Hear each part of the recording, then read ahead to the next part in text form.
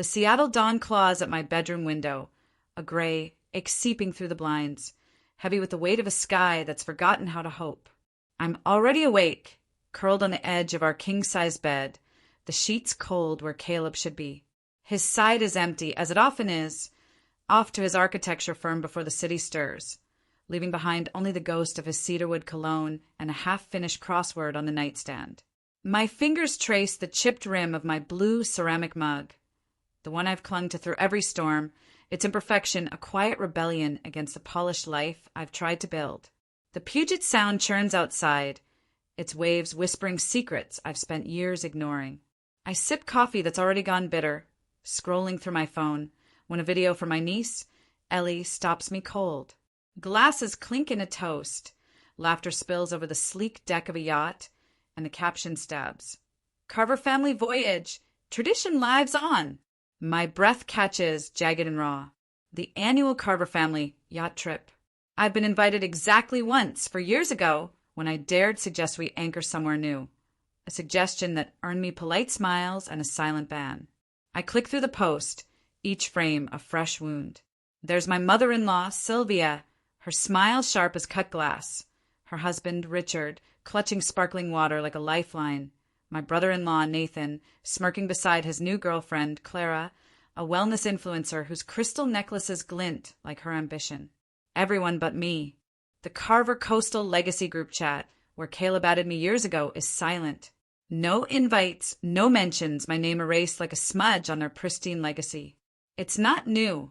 Last year's holiday dinner list forgot me after I offered to host, an overstep that branded me an outsider. I set the mug down, the coffee's chill mirroring the cold certainty in my chest. This isn't anger. It's sharper, rawer, a clarity that burns like salt in a cut. By noon, I'm scrubbing dishes in the kitchen, the clink of porcelain drowning out the hum of the city. My phone buzzes, a text from Nathan not meant for me. A screenshot of the yacht's cabin assignments, my name, Eliza Carver, slashed through in digital red.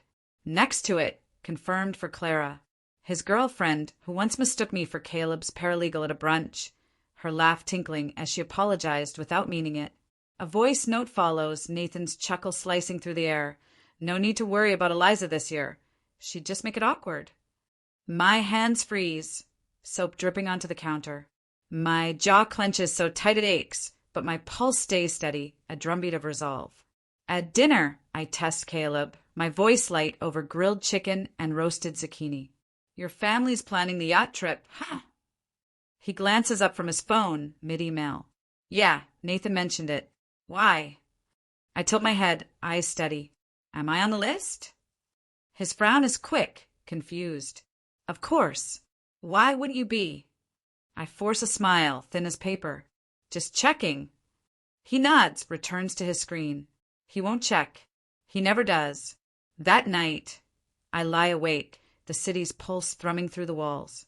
The ceiling fan spins, carving shadows that dance like ghosts of every slight I've buried. Thanksgiving invites that never came. Group photos where I'm cropped at the shoulder. Conversations that die when I enter. I'm not naive. I knew Nathan saw me as the small-town girl who didn't belong, the one who married into the Carvers but never earned their name. But this, swapping my cabin for Clara's, is a deliberate cut, a message carved in silence. I grab my notebook, the pen shaking slightly as I write. They think I'll stay quiet. They're wrong. Morning brings a text from Nathan, dripping with fake regret. Hey, Eliza. So sorry, we overbooked the yacht. My bad, things got hectic. Coffee when we're back? Emojis mask the lie, no offer to fix it. I don't reply. Instead, I find an email from the charter company. Cancellation confirmation. Cabin release processed. Nathan's name. 5 days ago. I print it, the paper crisp, and slide it into a folder labeled business records. It's no longer just a folder. It's a reckoning, a vault of truths I've been too kind to wield. Caleb comes home that evening, tie loose, oblivious to the storm in my head. I wait until he's pouring sparkling water. Nathan texted, I say, voice even. He forgot my spot on the yacht. His brow furrows. That's weird. Probably a mix-up. I slide the email across the counter. He canceled my cabin. Replaced me with Clara. He stares at the paper, then at me, guilt flickering in his eyes. "I'll talk to him," he says, but his voice wavers, lacking the steel to follow through. I nod, letting silence speak louder than words. In our study alone, I open my laptop and start a list. Things I let slide. Nathan forgetting my invite to his gallery opening, then posting photos with the whole family. Sylvia stealing my catering ideas, passing them off as hers at charity events. Clara's accidental tag of another Eliza in a family post, left up for weeks. Each line is a weight, a brick in a wall I didn't know I'd built. My jaw aches, not from anger, but from the raw truth of it all. Then another message from Nathan's assistant, Lila, a woman I barely know. A screenshot sent by mistake from a group thread I'm excluded from. Nathan, Eliza's out. I handled it. Clara's a better fit. Handled it. Like I'm a stain to be scrubbed. I print this, too, the folder growing heavier, a weapon forged from years of silence. The yacht isn't just a boat. It's mine. 6 years ago, I built my catering business from nothing, kneading dough at 4 a.m. in a rented kitchen, pitching to clients who dismissed me as too young, too small town. I took loans no one co-signed, worked weekends no one noticed, and when the business soared, catering Seattle's elite, I didn't buy a car or a condo. I bought the Aurora, a yacht, my triumph. I signed the papers alone, my hand steady despite the zeros, a quiet vow to myself that I could build something untouchable. But I made one mistake, adding Caleb's name to the title for tax purposes, as our accountant advised. Within months, the yacht became the Carver family's, Nathan's backdrop for his curated life, Sylvia's stage for legacy speeches. At a gala last year, Nathan toasted, "Our family's pride," his gaze sliding past me like I was invisible. I let it go then. I won't now. The next day, Nathan's live stream pops up, a notification I forgot to disable. The Carvers gathered on the Aurora's deck, a table draped in linen, candles flickering like false promises. Sylvia raises a glass, her voice honeyed but sharp. This trip is about family, about those who carry our name with purpose. Legacy isn't given, it's earned. The words are a knife, aimed at me. Caleb sits there, sipping juice silent. I rewind, watch again, the betrayal sinking deeper. Legacy isn't given. They're erasing me, and he's letting them. I don't cry. I don't scream. I pack, not sundresses or sandals, but documents, the purchase agreement with my name in bold, bank receipts, emails. I pack truth. I book a car to Anacortes, the marina an hour north. The folder sits in my lap, heavy with intent. I choose a charcoal blazer and slacks, my wedding band the only adornment. This isn't about fitting in, it's about claiming what's mine. The marina smells of salt and ambition, the air thick with mist. The Aurora gleams, her silver name a quiet defiance. Nathan's at the boarding gate, laughing with Clara, his arm around her like she's the family's new star. Sylvia's there, her smile tight as she greets guests. I approach, suitcase clicking, step steady. Nathan sees me first, his face shifting from surprise to ice. "Eliza? What are you doing here?" His voice is low, hoping I'll disappear. I don't answer, just nod and keep moving. Sylvia's eyes narrow, but she stays silent. Caleb, off to the side, freezes, coffee cup suspended. The crew doesn't falter. A woman in a Navy uniform steps forward, her voice ringing out. "Welcome aboard, Ms. Eliza, owner." Owner lands like thunder. Nathan's jaw tightens. Clara's smile cracks. Sylvia turns away, fussing with her scarf. I don't gloat, just step onto the deck, heels clicking on polished wood. The crew member leans in. "We've been waiting for your clearance, ma'am." I nod. Proceed. The engines hum and the marina fades. I don't join the family. I move through the Aurora, my Aurora, past Nathan's curated decor, past table settings meant to exclude me. I settle on the aft deck, the sea stretching out like a confidant. The folder rests in my lap, a silent ally. Nathan avoids me, but I catch him pacing, phone in hand, typing furiously. Sylvia's laughter is too loud, her stories too rehearsed. Caleb hovers, but doesn't approach. Dinner is a performance. Sylvia stands to toast, her voice dripping with practiced warmth. This yacht, this family, is about legacy. Those who build it, who honor it. She avoids my gaze, but the message is clear. I wait, letting her words settle, letting the glasses clink. Then I stand, voice calm but unyielding. I'd like to add to that. I open the folder, lay out the purchase agreement. This is the contract for the Aurora. My name, my investment, my ownership. I pause, the silence deafening. And this, I say, placing Nathan's screenshot beside it, is a cancellation request Nathan sent, replacing me with someone else. The table freezes. Sylvia's glass trembles. Nathan opens his mouth, but nothing comes out.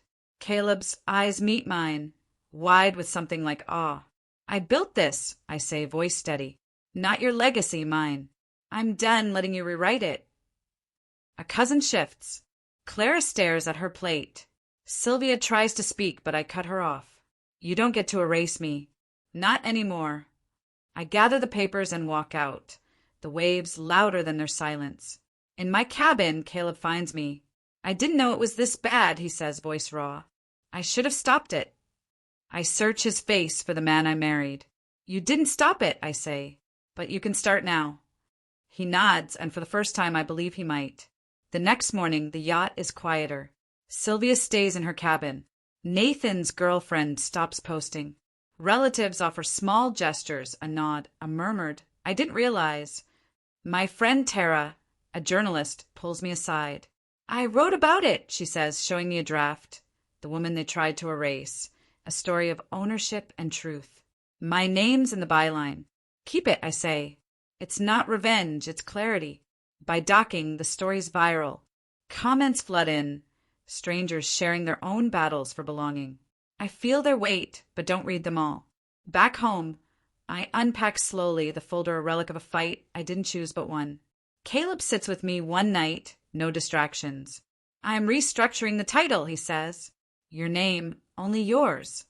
I nod, not for the title, but for the truth. Weeks later, I host a brunch, not for the carvers, but for those who see me.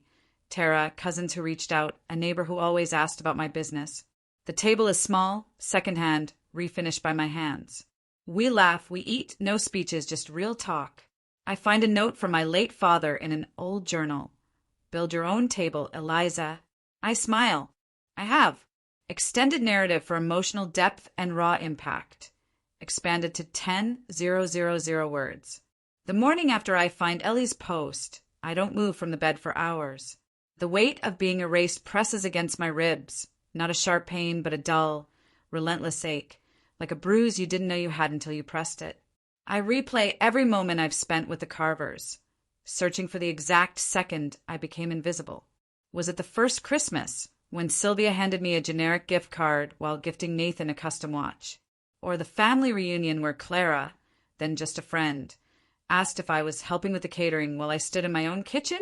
The memories pile up, each one a splinter under my skin, and I realize I've been collecting them for years, telling myself they didn't matter. I get up, finally, and stand in front of the mirror in our bathroom. My reflection looks back, tired but not broken. My dark hair is pulled into a messy bun, my eyes shadowed from sleeplessness. I'm 34, but today I feel older, worn by the effort of trying to belong somewhere that never wanted me. I splash cold water on my face, the shock grounding me. This isn't about the yacht, not really. It's about the story they've written without me, the one where I'm a footnote, a guest in my own life. I dry my hands, the towel rough against my skin, and make a decision. I'm done being edited out. In the kitchen, I pour another coffee, the chipped mug a quiet comfort. I open my laptop and dig deeper, pulling up old emails, texts, anything that proves I'm not imagining this. There's an email from 2 years ago, Nathan thanking me for helping with the yacht's catering, though I'd planned the entire menu myself. Another from Sylvia, casually suggesting I sit out a family event to keep things simple. Each message is a thread in a tapestry of exclusion, woven so subtly I almost didn't see it. I print them all, the printers hum a steady rhythm, and add them to the folder. It's not just evidence, it's armor. Caleb comes home late, his briefcase heavy with blueprints. He's distracted, talking about a new project, but I can't hear him over the roar in my head. I wait until we're eating, simple pasta, the kind I make when I need comfort, and try again. Nathan canceled my spot on the yacht. I say, my voice softer than I feel. He pauses, fork halfway to his mouth. What? No, that's got to be a mistake. I slide the folder across the table, open to the cancellation email. It's not a mistake. His eyes scan the page, and for a moment I see the man I fell in love with, kind, steady, the one who promised we'd face everything together. But then he sighs, leans back. I'll call him tomorrow. We'll sort it out. I nod, but my heart sinks. He won't fight for me, not really. He never has. That night I dream of the Aurora. Not the yacht as it is now, draped in Nathan's pretentious decor, but as it was when I first saw her, a sleek, empty promise, waiting for someone to claim her. I'd stood on her deck 6 years ago, the ink still fresh on the purchase agreement, my heart pounding with pride. I'd built something no one could take, or so I thought. In the dream, the yacht is sinking, and I'm the only one trying to save her, my hand slipping on the ropes as the carvers watch from shore, unmoving. I wake with a start, my chest tight, and reach for the folder beside the bed. It's real. It's mine, and I'm not letting it go. The next day, I call my lawyer, Rachel, a woman who's seen me through every contract in crisis.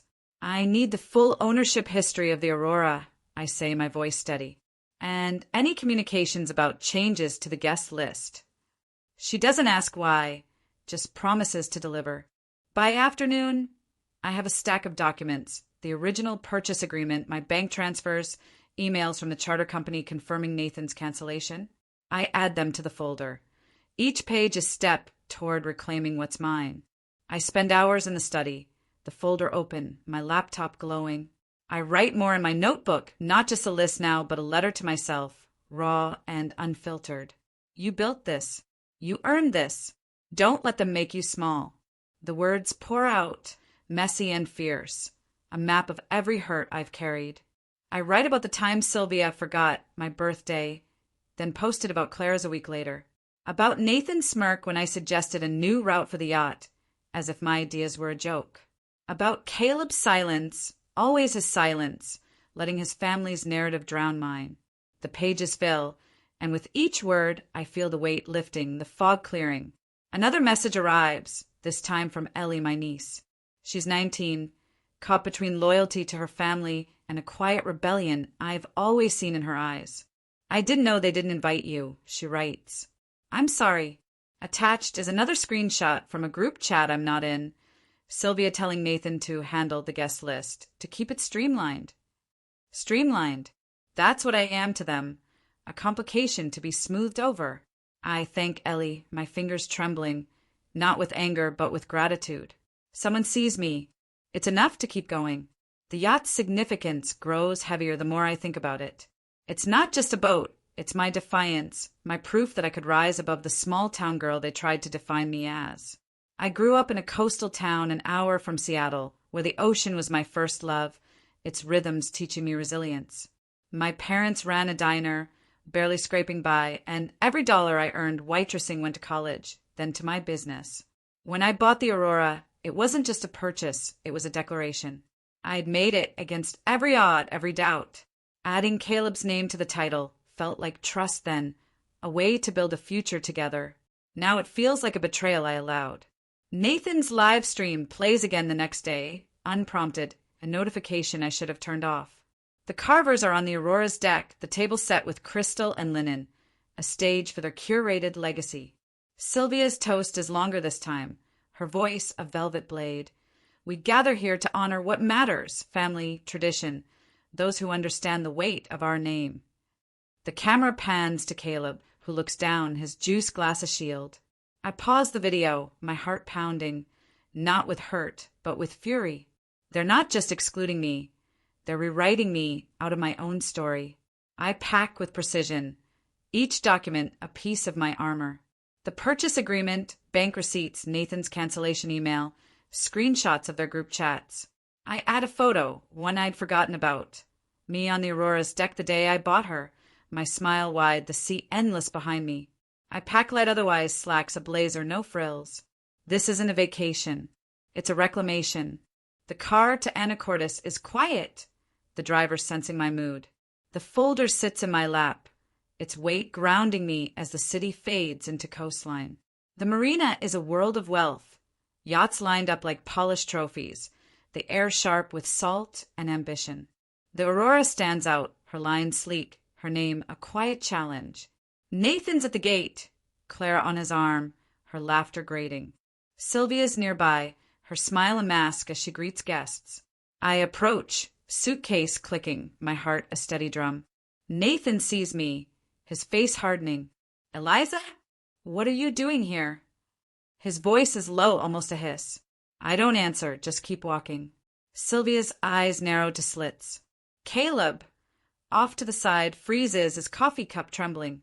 The crew moves like clockwork. A woman in a Navy uniform steps forward, her voice cutting through the tension. Welcome aboard, Ms. Eliza, owner. The word owner is a bomb, detonating their carefully crafted scene. Nathan's jaw clenches. Clara's smile collapses. Sylvia fusses with her scarf, turning away. I step onto the deck, heels clicking, the sound and rhythm of my resolve. The crew member leans in. We've been waiting for your clearance, ma'am. I nod. Proceed. The engines roar, and the marina slips away, a world I'm leaving behind. I don't join the family. I move through the Aurora, past Nathan's pretentious decor, gold-rimmed glasses, floral arrangements that scream Sylvia's taste. I settle on the aft deck, the sea my only company, the folder in my lap a silent vow. Nathan avoids me, but I see him pacing, phone in hand, typing frantically. Sylvia's laughter echoes, too loud, too brittle.